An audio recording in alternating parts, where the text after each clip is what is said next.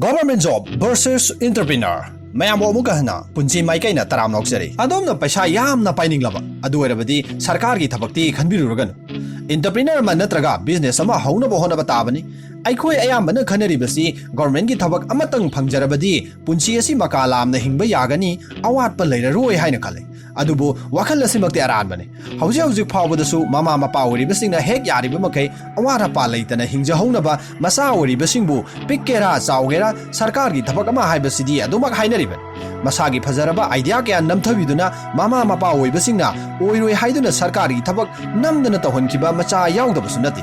Maram asina ngasidi eikhoi Sarkargi thabak amadi entrepreneur ama oiba natraga business ama hongdongnaba honaba hairiba anisigi maramda kupthana khangminnaduna nahaki punsina pamlibidugi matungina karambana hena chunabage amadi khennaba sing khangminase. Ahanbada meaning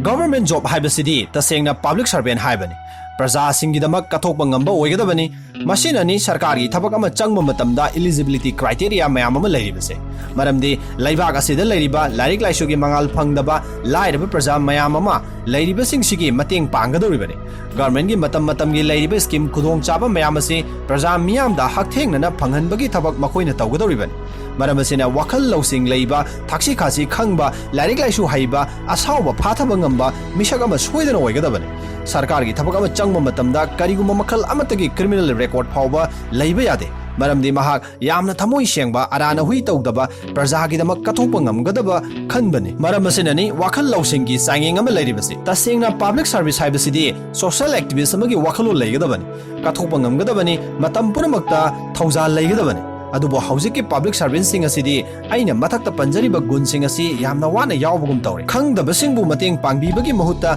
khara pangjaba mingamjadaba ama laglabadi asawbagi maithong hana puthoktuna mateng pangningdaba mami taba employee singna 95% di oiri. Masimakti yamna laibak thiban. Aduga entrepreneur haibasidadi amuk isana isabu thabak pijaba haibani. Mayamna darkar oiba kariguma pochak ama puthoktuna natraga thabak ama hogdoktuna lalolitiki thabak ama tawribadubuni. Kudamoina lining solution haidana Manipurgi traditional amadi indigenous ka mari leinaba pothok puthoktuna lalolitiki thabak tawribasi adom maming panbe yai. Aduga lalolitik business khak hairabadi entrepreneur dagi khajitang amuk tongale. Innovative amadi creative oiba idea thoidongna darkar oidre chumna sendongi damak karbar tawriba lalolitik tawribadubune. Kudamoina bazar da lariba dukan sing amade import export tawribasing haibadi more dagi pochai lauthok loksin tawribasing adom panbe yai. Anisubada income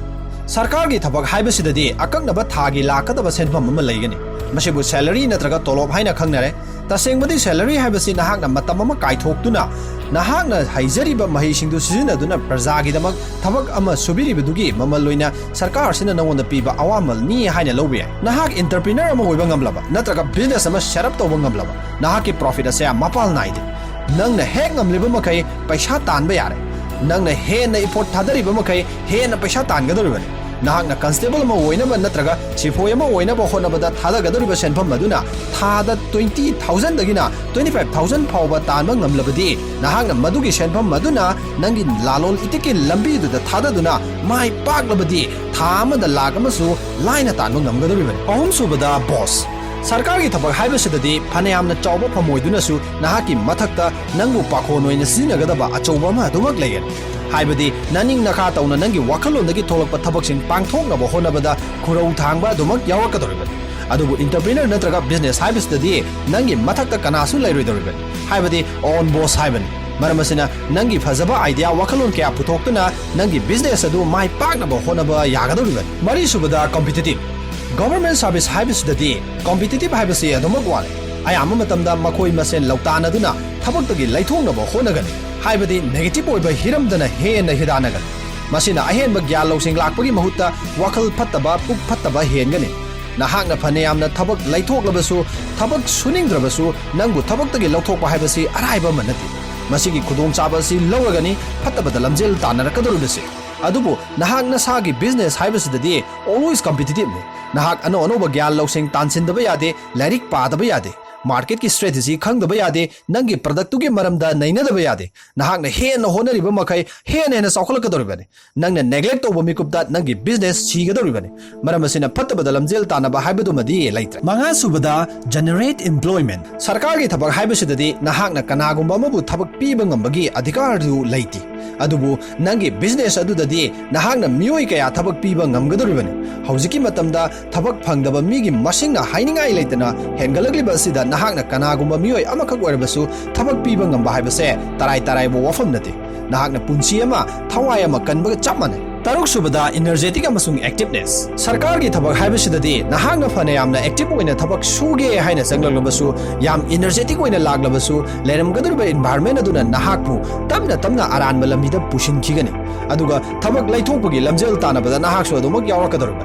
government की department अमदा थबक लैते हाइबसि ताबदा अंगकपा अमा ओइरबसु अदुम थोगा लैबा थौदोक अमने अदोमना practically उनिंगलबदी fishery department सिंग horticulture की department Imphal municipal council लंपेल की cooperative office चलगा अदुम येंबियु cinema येंबना येंबा ज्वार सानबना सानबा मनाकता पृथ्वी मकुबाकता लैबगा चप मानरबा internet free the संबिदुना थमलबा computer अदुदा महाकी विभागतुगा मरी लैनबा आहेनबा ग्यान लौसिंग फंगनबा वेबसाइट अमा हांगदुना येंबगी महुता कानरबा कंप्यूटर अदो ज्वार सानदुना मतम लेननबा खिनबिबा मेचिन अमा ओइना उरिबन असेगुंबा एनवायरनमेंट अमदा नहाकना थबक चंगबा हाइबसि नहाकि ग्यान लौसिंग पुंबा फक्सिलुइदबगी मरम लैते एक्टिव ओइना थबक सुबा डिपार्टमेंट खरा हाइरबदी पुलिस अमदी इलेक्ट्रिसिटी डिपार्टमेंट पनबे याय हाइरिबसिंग असे नहाकि नसागी बिजनेस अमा सेटअप तौबा ngamnaba होनरकपददी पूरा तायुनगदोरिबने मथक्ता पंजखरिबदुगुम नहाकना थेंगनरकदोरिबसे anouba एक्सपीरियंस गाक्तने अमदी ग्यान लौसिंग अहेनबा तानसिलकदोरिबने मसिना मरम ओइरगा नहाक हाइबसिंगबा हेलकदोरिबने पर्सनालिटी हेलकने मी थेंगनबा किरकलोइदोरिबने वरी सानबा ngambagi स्किल हेलकदोरिबने नहाकि बिजनेस अदो माइ पाक्तबा यादबनिना फमदुना लैबा ngamlakloi matam punamakta energetic oina active oina leigen tare subada popularity सरकार की थबक हाइबसिददी मिंगचत लैनबा होनबा हाइबसि लूना थोइ मसक खंगेना खंगमिरबदा स्टेट तुमदा मंगाय अदुबु एंटरप्रेन्योर अमा ओइदुना नत्रगा बिजनेस अमा तौदुना कन्नो होनदुना नेम फेम रिकॉग्निशन रेपुटेशन अमदि इंटरनेशनल आइकॉन फावबा यौबा ngamnabagi lambi लेगनि मसी पुनमक नंगना होनबा वाखल खनबा अचेतपा फिरेप अमा लैबदुगी मखा पोनगदोरिबनि निपाल सुबदा जॉब सिक्योरिटी गवर्नमेंट की सर्विस की ख्वाइदगी खुदोंचाबा अमा हाइरगदी जॉब सिक्योरिटी हाइबसिनि नहाकना गवर्नमेंट की थबक अमबु अमुक्तंग फंगख्रबदी नहाक थबक सुबा सुदबा ऑफिस लाकबा लाक्तबा थागी नंगी तोलोपति कायदना दमक लागलगनि तोलोप खंगनतना अतै हिरम मयाम अमदसु सरकारना नंगी दमक फैगाक फैना लेपलगा लैगनि मसिगी खुदोंग चाबसि लौरगनि गवर्नमेंट एम्प्लॉय सिंग करिगुंबा अरानबा मपय अमा तौरबसु पब्लिक की थबक तौबा तौदबा मतेंग पांगबिबा पांगबिदबा तौफम थोकपा मथौ तौबा तौदबा थबक तत्कनि हाइबगी अकीबा अमत लैददना तौफम थोकपा तौनरिबसि यादा यादरगा ट्रांसफर थागनि नत्रगा सस्पेंड मंगाय मधुसु थागी तोलोप अदुमक कायदना लाकदोरिबनि तसेंबदि डिपार्टमेंट अदुगी डायरेक्टर अमना लाना थबक तौबा एम्प्लॉय अमा पनिशमेंट पीबदि ngамmi थबक थदतपसु ngambadi ngamlibani अदुबु मसिगे पावर असे मफम चाना मतम चाना सिजनदे मरमदे मखोय पुलप अरानबा तौबसि मानबा नत्रगा एक्शन लौगदोरिबा एम्प्लॉय अदु संग पंग चावबा मिनिस्टर फनिस्टर यामना खंगनबा नत्रगा मखोयगी इमुंग मनुंगा ओइरमदना एक्शन लौगदोरिबा ऑफिसर अदु ओइना दशा तागदोरिबनि मसिगी इगोसिदनि करप्शन तौरिबा थबक सुनिंग्रिबा फाइल मची लेंगनबा होनबदा मतम मयाम अमा लौरिबसि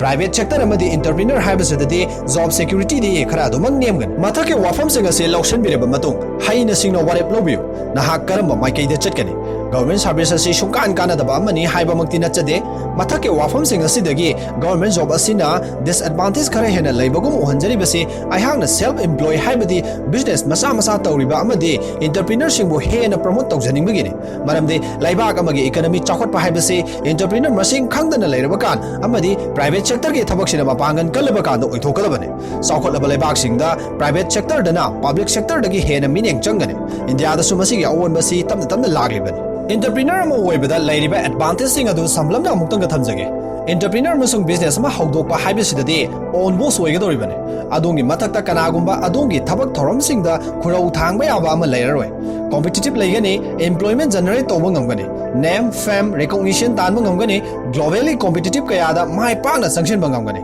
Thabak suningdaba aranba tawba employee sing lawthokpa ngambagi pangal laigani, khwaidagi maru oibada adomna tanba yariba paisa se unlimited ni. Nahakna kanna honaduna mai paklaba entrepreneur mo oiba ngamlabadi thagi income asi in terms of crore da lakadoribani. Isana isabu thabak pijaba entrepreneur made business tawba masing khangdana hengaliliba makai sarkargi thabak changnaba honabada chathariba senja thunja gi thabak sing asisu mathanta hanthakigani amasung tamna tapna mutkigani. Aroibada aina haijaning base pandam mama thamduna CDS NDA UPSC CN chingba punsida karigumba masak thokpa phammama painaba honaduna praja singi mateng pange khanba natraga Leibak asibu chaokhatnabagi